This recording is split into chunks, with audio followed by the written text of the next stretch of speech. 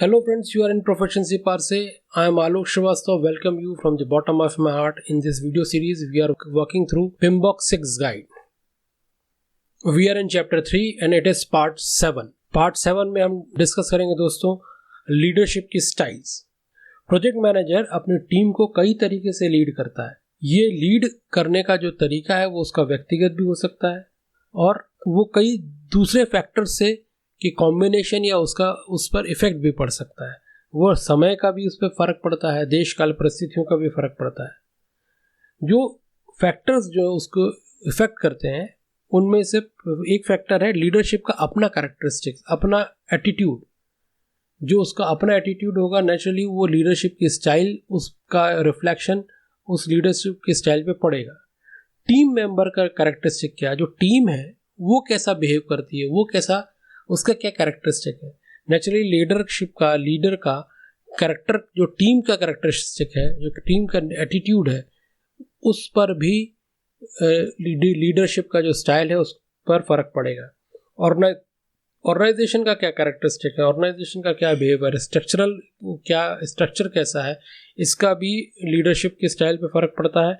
और एनवायरनमेंट क्या है, देश काल परिस्थितियाँ क्या है, पॉलिटिकल एनवायरनमेंट क्या है, देश की क्या स्थिति है, वो जहाँ पे वो प्रोजेक्ट चल रहा है उसके आसपास की क्या स्थिति है, इसका भी प्रभाव प्रोजेक्ट के लीडरशिप के स्टाइल पे पड़ेगा. कई शोध और रिसर्च ने लीडरशिप के कई सारे स्टाइल्स बताए हैं, जिनमें से कुछ प्रमुख है जिसकी चर्चा अपन यहाँ करेंगे. पहला है लाइजे फेयर. ये फ्रेंच वर्ड है. इसका अर्थ होता है कि अलाउ टू डू, मतलब लोगों को उनका हिसाब से काम करने की इजाज़त दी जाए. वो अपना गोल तय करें, वही डिसीजन करें, वही उसका रास्ता तय करें और उस पर काम करें. यदि कोई प्रॉब्लम आता है तो लीडर जो है वो पिक्चर में आता है और उसको सॉल्व करता है. इसको हैंड्स ऑफ स्टाइल भी कहते हैं. इसके बाद दूसरा है ट्रांजैक्शनल मतलब इसको मैनेजमेंट बाय एक्सेप्शंस भी कहते हैं. आपने देखा होगा ऑर्गेनाइजेशंस में या कई बहुत सारी जगह एम्प्लॉय ऑफ द मंथ का एक अवार्ड दिया जाता है. लोगों के बीच में एक एक्सेप्शनल जिसने काम किया है उसको बाहर निकाल के बाकी लोगों को मोटिवेट किया जाए, ये देखो इसने इतना अच्छा काम किया इसलिए इसको अवार्ड मिला है. तो ये एक लीडरशिप की स्टाइल होती है.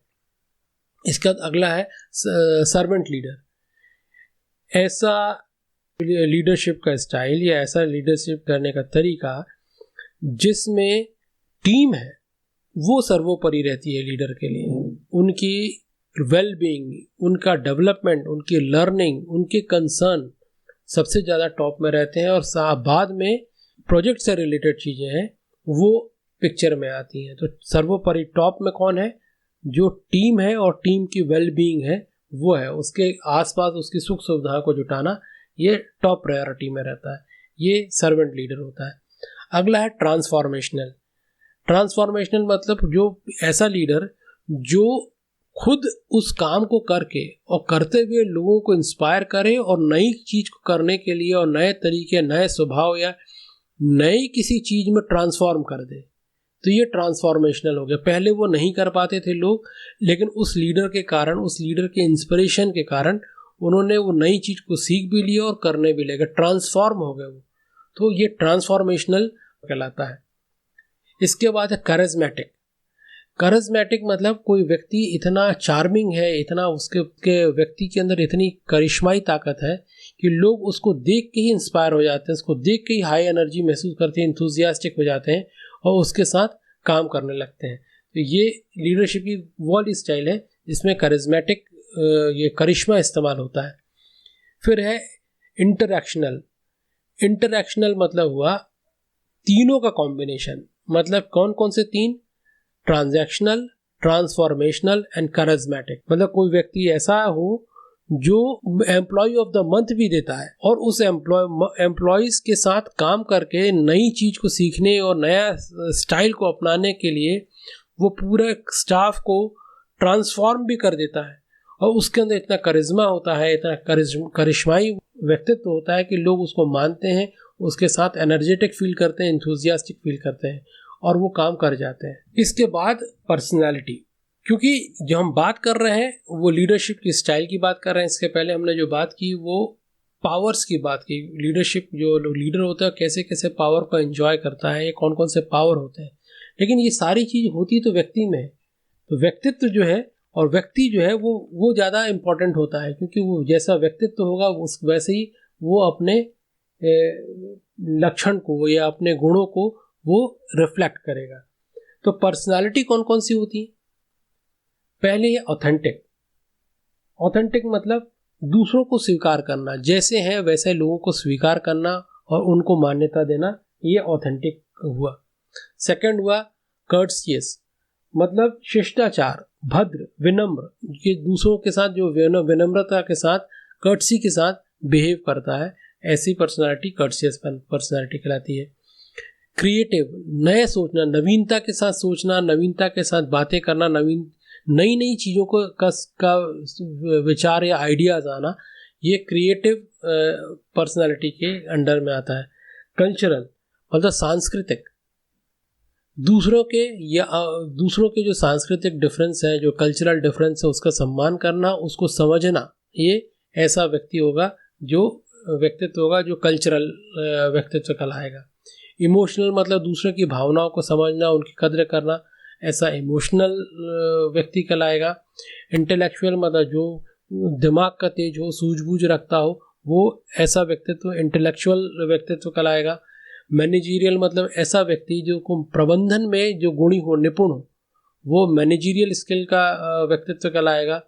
पॉलिटिकल मतलब जिसको पॉलिटिक्स समझ में आती है, वो पॉलिटिक्स को बहुत अच्छी तरह अप्लाई भी करता है और समझता भी है, तो वो पॉलिटिकल व्यक्तित्व वाला आदमी कहलाएगा। सर्विस ओरिएंटेड मतलब ऐसा कोई व्यक्तित्व जिसको सेवा भाव हो, जिसमें सेवा भाव ज़्यादा हो और वो लोगों के बीच में समाज में जाके सेवा करता हो, तो ऐसा व्यक्तित्व सर्विस ओरिएंटेड व्यक्तित्व कहलाएगा। सोशल मतलब ऐसा व्यक्ति जिसको समाज का ताना बाना, सामाजिक जो रीति रिवाज है उसकी समझ है और उसकी कद्र करता है और उनको समझता है, उसमें निपुण है, वो सोशल व्यक्तित्व वाला आदमी कहलाएगा।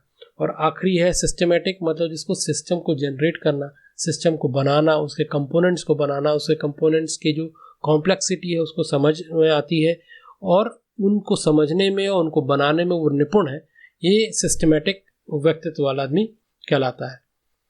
अब हम चर्चा करेंगे परफॉर्मिंग इंटीग्रेशन की। परफॉर्मिंग इंटीग्रेशन में प्रोजेक्ट मैनेजर कोई भी नॉलेज को, कोई भी ऑब्जेक्टिव को अपने सीनियर्स, प्रोग्राम मैनेजर या पोर्टफोलियो मैनेजर, उनसे लेता है। अलाइनमेंट हो या प्रोजेक्ट का ऑब्जेक्टिव हो या पोर्टफोलियो का ऑब्जेक्टिव हो, वो किससे लेता है? वो अपने सीनियर से, प्रोजेक्ट स्पॉन्सर से या अपने ऑर्गेनाइजेशन के लीडर से, वही सब चीज़ को लेता है और उन्हीं चीज़ों को अपने नॉलेज से, अपने प्रोजेक्ट मैनेजमेंट के नॉलेज से, अपने एक्सपीरियंस से वो किस में ट्रांसफ़र करता है? अपने अंडर जो काम कर रहे हैं, अपने अंडर जो टीम मेंबर्स हैं, जो स्टेक होल्डर्स हैं, इन सब में वो ट्रांसफ़र करता है।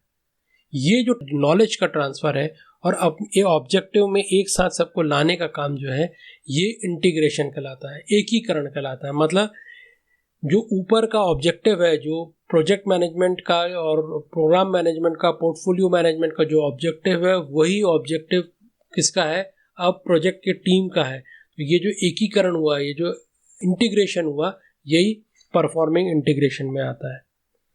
प्रोजेक्ट मैनेजर को ये जो इंटीग्रेशन करना है वो 3 तरीके से करना होता है, 3 लेवल पे करना पड़ता है। पहला है प्रोसेस लेवल। प्रोसेस लेवल का मतलब हुआ कि प्रोजेक्ट मैनेजर प्रोजेक्ट मैनेजमेंट की सभी प्रोसेस एक्टिविटी को एक सेट की तरह देखता है और सभी का उपयोग सही मात्रा में करके, सही तरीके से करके उद्देश्यों की प्राप्ति करता है। मतलब उसके पास जितने भी प्रोसेसेस हैं उसका अच्छा नॉलेज होना चाहिए और उस प्रोसेस से क्या हासिल करेगा इसका भी अच्छा नॉलेज होना चाहिए। कई सारी ऐसी प्रोसेसेस होती हैं जो पूरे प्रोजेक्ट के काल में, प्रोजेक्ट के लाइफ साइकिल में एक ही बार इस्तेमाल होती है, लेकिन ऐसी बहुत सारी प्रोसेसेस होती हैं जो बार बार इस्तेमाल होती हैं। मान लीजिए प्रोजेक्ट लाइफ साइकिल में कोई चेंज आना, और चेंज आना बड़ा कॉमन चीज़ है, मतलब ये चेंज प्रोजेक्ट में आते ही रहते हैं। तो जब वो चेंज आता है तो वो तीन एरियाज को हिट कर सकता है या 3 एरियाज में इफेक्ट डाल सकता है। वो है कॉस्ट, स्कोप एंड टाइम। इन 3 से रिलेटेड जितने भी प्रोसेसेस होती हैं उस चेंज के कारण पिक्चर में आती हैं। जब भी चेंज आएगा तब भी ये 3 प्रोसेसेस जो हैं वो पिक्चर में आ जाएंगी। अब बात ये है कि यदि प्रोजेक्ट मैनेजर का प्रोसेस इंटीग्रेशन और प्रोसेस इंटीग्रेशन का नॉलेज सही नहीं हुआ, उसने प्रोसेस का इंटीग्रेशन सही तरीके से नहीं किया, तो इस बात की संभावना बहुत ज़्यादा हो जाती है कि प्रोजेक्ट के जो डिज़ायर्ड रिजल्ट हैं वो प्रोजेक्ट मैनेजर हासिल ना कर सके। दूसरा लेवल होता है दोस्तों integration at the cognitive level. Project manager project को कई तरीके से मैनेज कर सकता है और ये मैनेजमेंट का जो तरीका है वो डिपेंड करता है कि वो प्रोजेक्ट का आकार क्या है, साइज़ क्या है, नेचर क्या है और इंस्टीट्यूट का जो जिस ऑर्गेनाइजेशन के लिए वो बना रहा है उसका नेचर क्या है, उसका कल्चर क्या है, उसका हायरार्की क्या है। बहुत सारे फैक्टर्स हैं जो उस पर इफेक्ट डालते हैं कि वो कैसे प्रोजेक्ट को हैंडल करेगा। इसके अलावा सबसे बड़ा प्रभाव पड़ता है पर्सनल, मतलब उस प्रोजेक्ट मैनेजर का अपना क्या प्रभाव है, उसकी क्या क्षमताएं हैं, उसके हिसाब से वो प्रोजेक्ट मैनेजर अपने प्रोजेक्ट को हैंडलिंग करने का तरीका निकालता है। इसके बाद है कॉन्टेक्स्ट लेवल। प्रोजेक्ट जो होता है वो जैसे आपने पहले वीडियोस में भी देखा था किसी न किसी कॉन्टेक्स्ट के कारण पिक्चर में आता है। तो प्रोजेक्ट मैनेजर को वो कॉन्टेक्स्ट समझना चाहिए कि किस कॉन्टेक्स्ट में पिक्चर में वो प्रोजेक्ट आया है और उसके हिसाब से ही अपने मैनेजमेंट के स्टाइल को चेंज करना चाहिए या समझना चाहिए। अब एक एग्जांपल देता हूँ मैं आपको। एक मान लीजिए प्रोजेक्ट है जो मल्टीपल फंक्शनल में अप्लाई होने वाला है, बहुत सारी अलग अलग ऑर्गेनाइजेशन में एक ही प्रोजेक्ट होने वाला है, अप्लाई होने वाला है, अलग अलग टीम्स, अलग अलग नॉलेज एरियाज़ में काम होना है। नॉलेज एरिया से मेरा यहाँ मतलब है अलग अलग डोमेन में उसका इस्तेमाल होना है। तो उसका मैनेजमेंट का स्टाइल उस मैनेजमेंट के स्टाइल से बिल्कुल अलग हुआ जो एक ही ऑर्गेनाइजेशन के एक ही फंक्शनल एरिया में बनना है। भले जो एक ही प्रोजेक्ट में एक ही फंक्शनल एरिया और एक ही कंपनी में इस्तेमाल होने वाला या अप्लाई होने वाला जो प्रोजेक्ट है वो बहुत बड़ा हो, लेकिन तब भी इन दोनों के कॉन्टेक्स्ट क्योंकि अलग अलग हैं, इसीलिए इस कॉन्टेक्स्ट को समझना प्रोजेक्ट मैनेजर के लिए बहुत ज़रूरी है। और क्योंकि दोनों अलग अलग हैं इसीलिए अलग अलग नॉलेज एरिया का इस्तेमाल होगा, अलग अलग नॉलेज एरिया के अलग अलग लेवल, अलग अलग गहराइयों से इस्तेमाल होगा। जो आपने पहले टेलरिंग वर्ड जो सुना था, यहाँ पे ही वही काम आता है क्योंकि ये कौन से नॉलेज एरिया के कौन से प्रोसेस को कितना टेलर करना है और कितना ऐड करना है, क्या क्या नई नई चीज़ें ऐड करना है, वो जो नॉलेज है वो कहाँ से आएगा, जब प्रोजेक्ट मैनेजर को उसके कॉन्टेक्स्ट लेवल का नॉलेज होगा। इसके बाद दोस्तों जो इंटीग्रेशन जो होता है उसमें कॉम्प्लेक्सिटी भी अपने साथ आ जाती है, क्योंकि इंटीग्रेशन सिंपली तो हो नहीं सकता कोई, क्योंकि ये मैकेनिकल इंटीग्रेशन नहीं है, ये नॉलेज का इंटीग्रेशन है। तो जहाँ भी नॉलेज ह्यूमन बींग्स आते हैं वहाँ पे कॉम्प्लेक्सिटी आ जाती है। तो कौन कौन सी कॉम्प्लेक्सिटी आ सकती है? पहला सिस्टम का बिहेवियर, जिनका इंटीग्रेट करना है वो जिस 2 सिस्टम्स हैं जो जिनमें इंटीग्रेशन करना है उनके जो कंपाउंड्स हैं उनकी आपस में इंटरडिपेंडेंसीज कैसी है, और ये जो इंटरडिपेंडेंसीज है वो कुछ कॉम्प्लेक्स क्रिएट करती है, कॉम्प्लिकेशन क्रिएट करती है। इसके बाद है ह्यूमन बिहेवियर, क्योंकि प्रोजेक्ट के साथ बहुत सारे ह्यूमन बीइंग अटैच्ड हैं तो ह्यूमन का जो बिहेवियर होता है वो भी कॉम्प्लिकेशन क्रिएट करता है। इसके बाद एम्बिग्यूटी, बहुत सारी ऐसी चीज़ें हैं जो उभरती हुई हैं, नई निकल रही हैं, नए इश्यूज़ हैं, उनमें क्लियरिटी नहीं है, कन्फ्यूजन है। ये जो कन्फ्यूजन और जो अनक्लियर चीज़ें हैं वो भी कॉम्प्लिकेशन क्रिएट करती हैं। तो ये जो कॉम्प्लिकेशन होता है ना दोस्तों, पर्सन टू पर्सन बदलता है। ज़रूरी नहीं है कि एक कॉम्प्लिकेशन, एक चीज़ जो बहुत कॉम्प्लिकेटेड किसी एक व्यक्ति के लिए है उतना ही कॉम्प्लिकेटेड वो दूसरे के लिए हो, या कोई एक प्रोजेक्ट या कोई एक काम किसी एक व्यक्ति के लिए बहुत सरल हो, दूसरे के लिए भी उतना ही सरल हो सकता है किसी एक के लिए बहुत सरल हो, किसी एक के लिए बहुत जटिल हो। ये व्यक्तिगत गुणों पर डिपेंड करता है। तो प्रोजेक्ट मैनेजर का जो मैनेजमेंट का स्टाइल है वो इस बात पे भी डिपेंड करेगा कि प्रोजेक्ट मैनेजर के अपने क्या गुण हैं, उसके अपनी क्या समझ है, उसके अपने क्या लीडरशिप के स्किल है, उसके क्या नॉलेज है, प्रोजेक्ट मैनेजमेंट का जो नॉलेज का स्तर है उस पर भी ये बहुत ज़्यादा डिपेंड करता है। इस तरीके से दोस्तों हमने चैप्टर 3 कंप्लीट किया।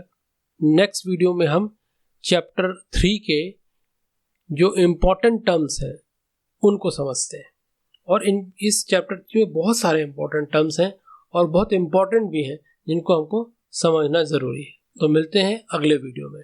नमस्कार।